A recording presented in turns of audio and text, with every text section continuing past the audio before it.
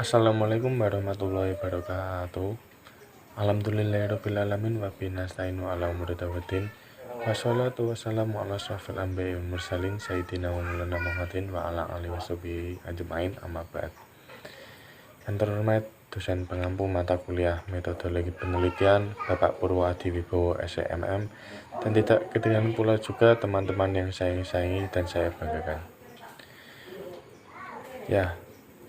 Di sini perkenalkan, nama saya Muhammad Adi Setiawan Pratama, NIM 191110002561, kelas MB.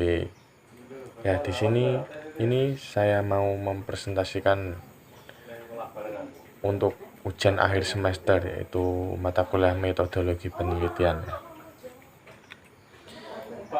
Langsung saja yang pertama, yaitu untuk slide yang kedua ini, yaitu ada judul yang berjudul dengan judul yaitu pengaruh kesadaran merek, citra merek, dan loyalitas merek terhadap ekuitas merek sepatu Converse pada konsumen kalangan muda ini. Dan untuk slide selanjutnya yaitu latar belakang.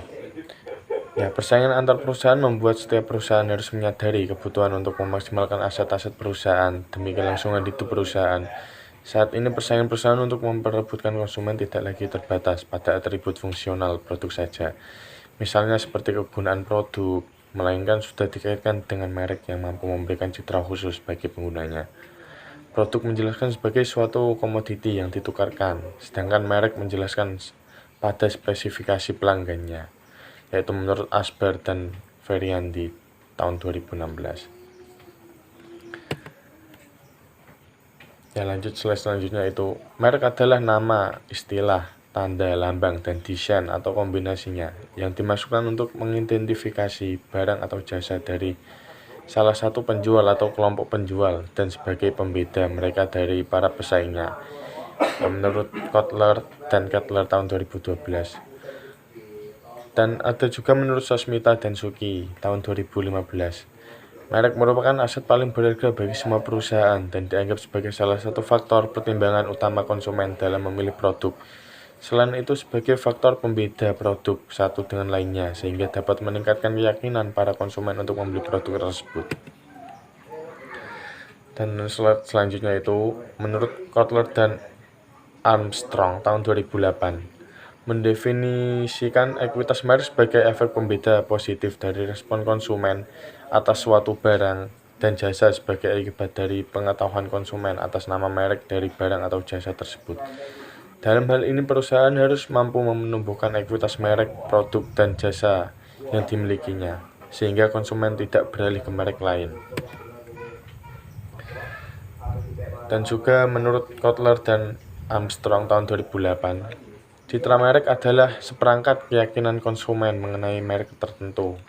Manfaat lain dari cerita merek yang positif adalah perusahaan bisa mengembangkan lini produk dengan memanfaatkan citra positif yang telah terbentuk pada merek produk lama. Hal yang harus diperhatikan perusahaan adalah bagaimana mempertahankan dan meningkatkan citra merek yang positif.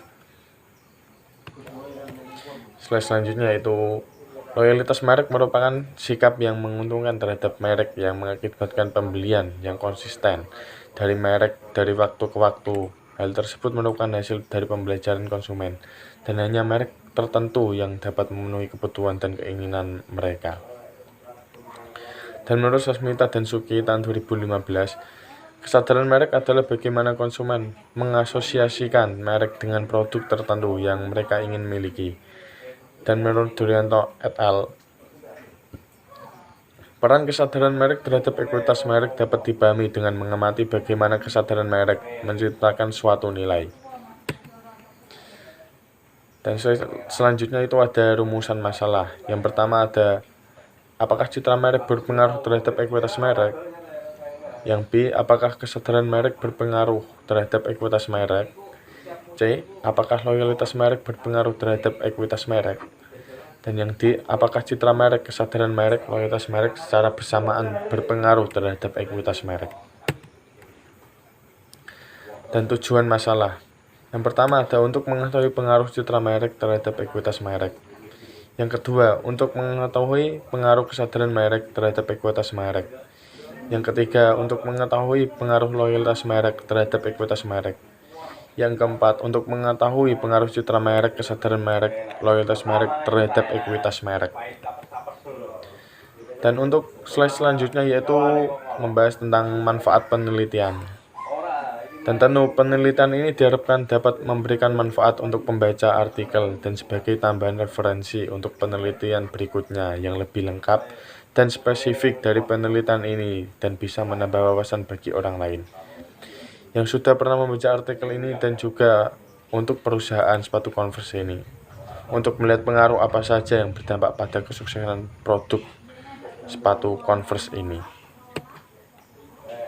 Dan manfaat penelitian yaitu hasil penelitian ini diharapkan dapat menjadi bahan masukan dan bahan pertimbangan bagi perusahaan dan konsumen untuk memanfaatkan sebagai strategi dalam menentukan keinginan konsumen dan dapat memperoleh informasi tentang bagaimana cara menciptakan ekuitas merek dalam menggunakan produk tersebut.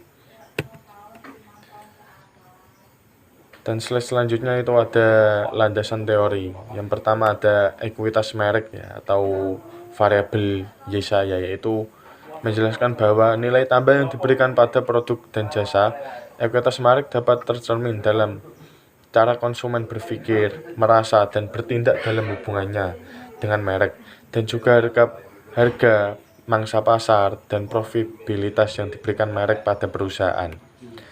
Mendefinisikan ekuitas merek berbasis pelanggan adalah pengaruh diferensial yang memiliki atas pengetahuan merek dari respon konsumen terhadap pemasaran merek tersebut. Dan yang selanjutnya itu ada kesadaran merek variabel X1 yang menjelaskan bahwa kesanggupan seorang calon pembeli untuk mengenali atau mengingat pembeli bahwa suatu merek merupakan bagian dari kategori produk tertentu. Kesadaran merek membutuhkan kontinum ranking atau jangkauan kontinum atau dari perasaan yang tidak pasti bahwa merek tertentu telah dikenal dan menjadi keyakinan bahwa produk tersebut merupakan satu-satunya dalam kelas produk yang berada pada kategorinya.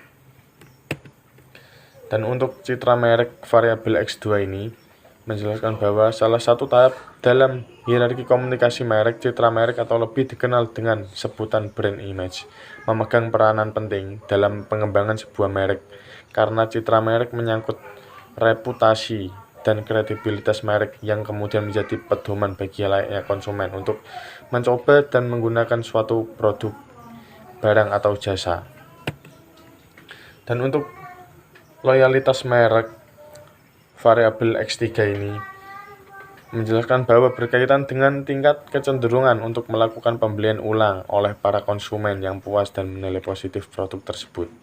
Komunikasi pemasaran yang terintegrasi berperan dalam meyakinkan para konsumen agar loyal terhadap produk tersebut.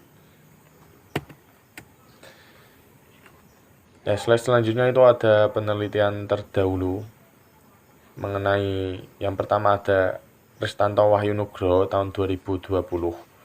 Asosiasi merek berpengaruh positif signifikan terhadap ekuitas merek, kesadaran merek tidak berpengaruh terhadap ekuitas merek, dan citra merek tidak berpengaruh terhadap ekuitas merek. Dan menurut Aim Mujaki tahun 2016, yaitu variabel bebas mempunyai pengaruh yang signifikan terhadap keputusan pembelian secara bersama-sama, dan variabel bebas yang cukup berpengaruh terhadap ekuitas merek. Dan menurut Lucy Sukiyarti tahun 2016, yaitu kualitas suatu produk merupakan kadar atau tingkat baik buruknya suatu yang terdiri dari semua faktor yang melekat pada barang atau jasa sehingga produk tersebut memiliki kemampuan untuk dipergunakan sebagaimana yang diinginkan konsumen produk tersebut.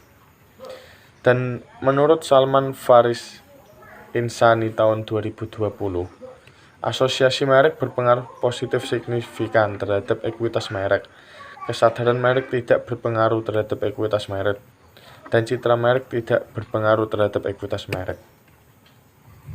Dan untuk metode penelitian ada yang pertama ada jenis penelitian, yaitu di sini menggunakan metode kuantitatif.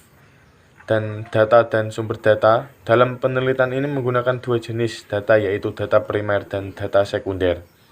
Dan untuk mengenai masalah populasi, yaitu semua konsumen pengguna sepatu Converse di kota Jepara untuk kalangan muda.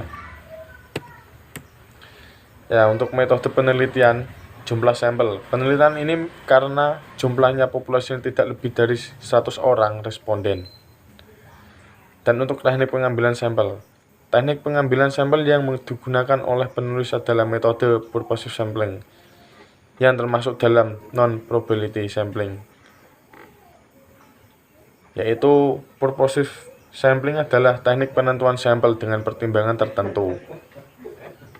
Dan non-probability sampling adalah teknik pengambilan sampel yang tidak memberi peluang atau kesempatan sama bagi setiap unsur atau anggota populasi untuk dipilih menjadi sampel. Dan untuk metode pengumpulan data yang digunakan untuk mendapat informasi beserta data yang diperlukan dan sesuai dengan objek penelitian ini adalah penyebaran kuesioner. Dan untuk metode pengolahan data yaitu menggunakan alat bantu dari program Statistical Packs for the Social IBM SPSS, yaitu SPSS merupakan pemrograman komputer yang dipakai untuk menganalisis data statistik. Dan untuk metode analisis data digunakan untuk menyederhanakan data supaya data lebih mudah diinterpretasikan.